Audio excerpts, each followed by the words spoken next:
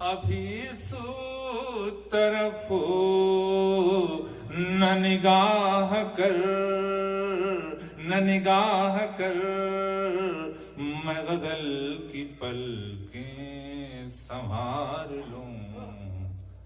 میرا لفظ لفظ ہو آئینہ،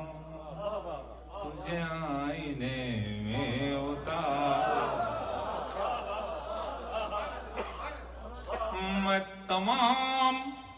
میں تمام دن کا تھکا ہوا،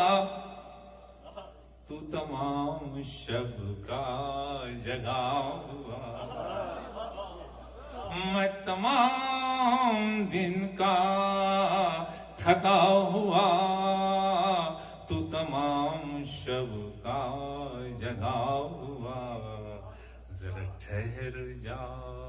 اسی موڑ پر، تیرے ساتھ شام گزار۔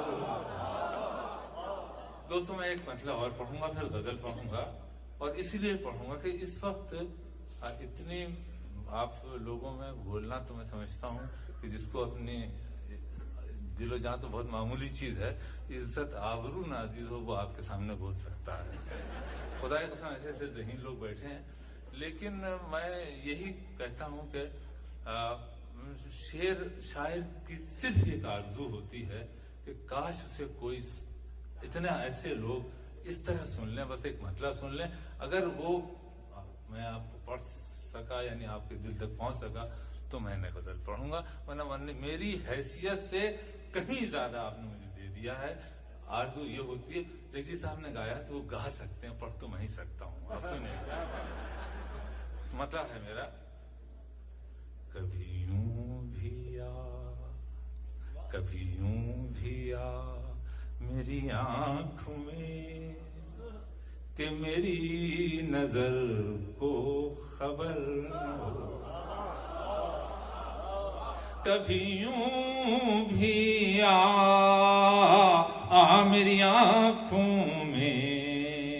کہ میری نظر کو خبر نہ ہو، مجھے ایک رات نواز دے مگر اس کے بعد سحر نہ ہو۔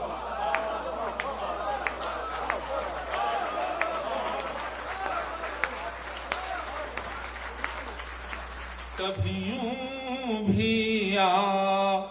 کبھی یوں بھی آ میری آنکھوں میں، کہ میری نظر کو خبر نہ ہو، مجھے ایک رات نواز دے مگر اس کے بعد وہ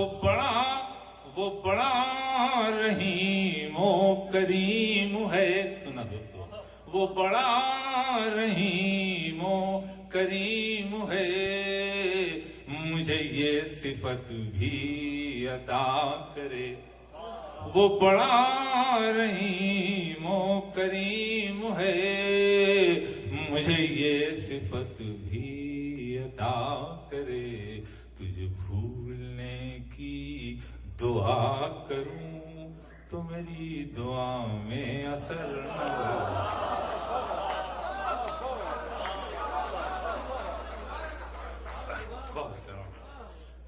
دوستوں میں بخدا مطلب سر سے چادر بدن سے جی میں بھی پڑھ دیتا ہوں۔ یہ ایک غزل اگر آپ اجازت دیں تو میں سیدھا آدمی دھوکہ کھا جاتا ہوں۔ اس کی وجہ یہ ہے کہ خدا کی قسم جو میں غزل پڑھنے جا رہا ہوں وہ اتنی ٹھیک ہے کہ ہندوستان میں سے پڑھنا اپنی عزت آبرو کو گنوانے کے مترادف ہے۔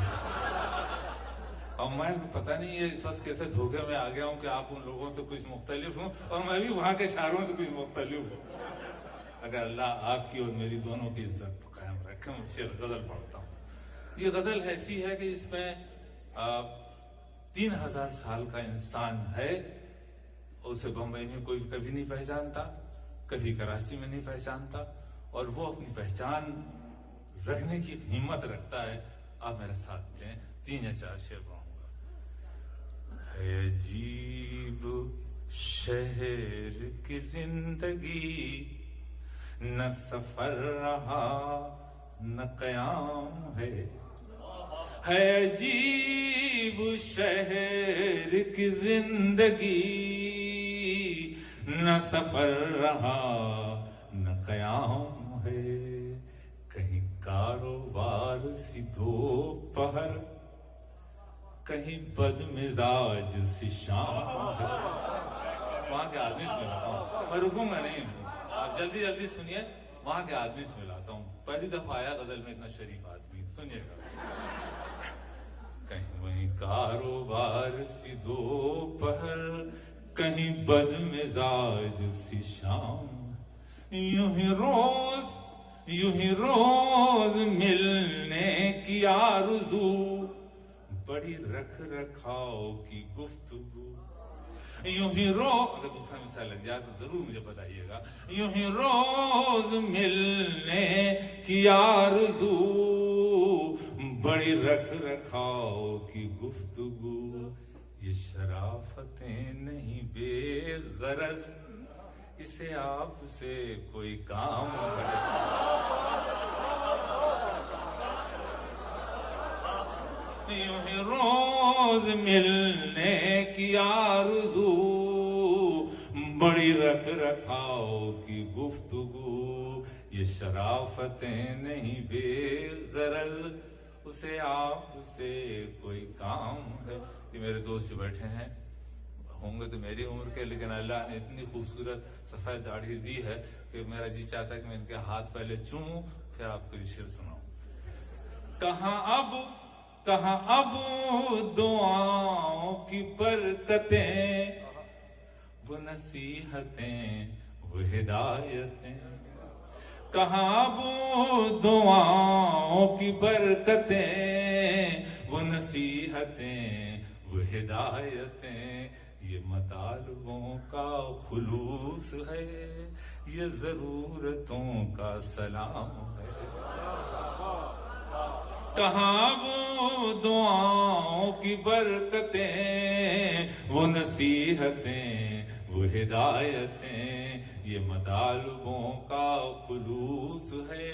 یہ ضرورتوں کا سلام ہے دوستو میرے پاس الفاظ نہیں ہے یہ سب سے اپنا شاید ٹھیک شعر میں آپ کے قدموں میں رکھنا چاہتا ہوں موضوع بالکل یہ ہے کہ سورج کے نہ نکلنے سے سویرا ہوتا ہے جھوٹ ہے کہ سورج کے نکلنے سے سویرا ہوتا ہے اور یہ بھی جھوٹ ہے کہ سورج کے نکلنے سے شام ہوتی شاعر سے پوچھئے کیسے سویرا ہوتا ہے کیسے شام ہوتی ہے اور یہ شاعر اتنا گنوار ہے کہ وہ 4000 سال پہلے کا بھی کہلایا جا سکتا ہے ملاحظہ فرمائیے آخری شعر پڑھ رہا ہوں کوئی نغمہ دھوپ کے گاؤں سا کوئی نغمہ شام کی چھاؤں سا کوئی نغمہ دھوپ کے گاؤں سا کوئی نغمہ شام کی چھاؤں سا ذرا ان پرندوں سے پوچھنا یہ کلام کس کا کلام ہے